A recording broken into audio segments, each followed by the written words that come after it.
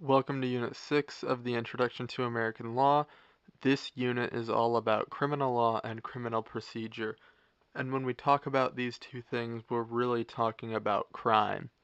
What makes this robber right here a bad guy? What makes him a criminal? And what do we do with criminals? This is the whole idea of criminal law and criminal procedure.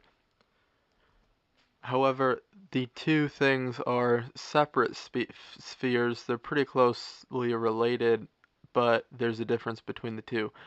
Criminal law deals with specific crimes. It defines specific crimes, says what makes them considered crimes, and criminal law really only deals with two things, and that is criminal acts and states of mind.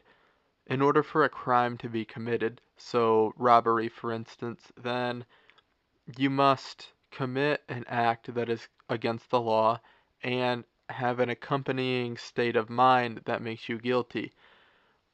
The reason this is because, say for instance, you're walking through a store and someone drops a $500 watch into your purse without you noticing, then you walk out of the store and they catch you with this $500 watch. You would not be found guilty of shoplifting because you did not commit this act by knowledge of yourself. Someone else essentially forced you to commit this criminal act. You didn't do so knowingly or purposefully or anything like that. So in order to commit a crime, then you need to commit an act that is against the law, like robbery, larceny, murder, things like that. And then you also need to have a state of mind that makes you guilty. Then what happens after you commit a criminal act is the criminal procedure system takes over.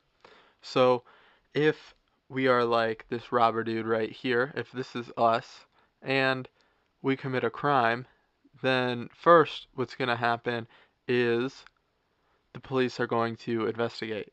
And when the police investigate, maybe they get evidence that points to us as the robber, then we would be arrested and the courts would take over and they would determine whether we're guilty or not. And then if we're found guilty, our punishment would be given to us and we would need to carry it out. This is the idea of criminal procedure. Once someone commits a criminal act, then the criminal procedure system takes over and determines whether or not the person is guilty, respects defendants' rights when investigations occur, and then ultimately gives people punishments to carry out. This is the idea of criminal law and criminal procedure, the differences between the two. In the next lessons, we'll dive into criminal acts and the Fourth Amendment, two issues which concern heavily both criminal law and procedure.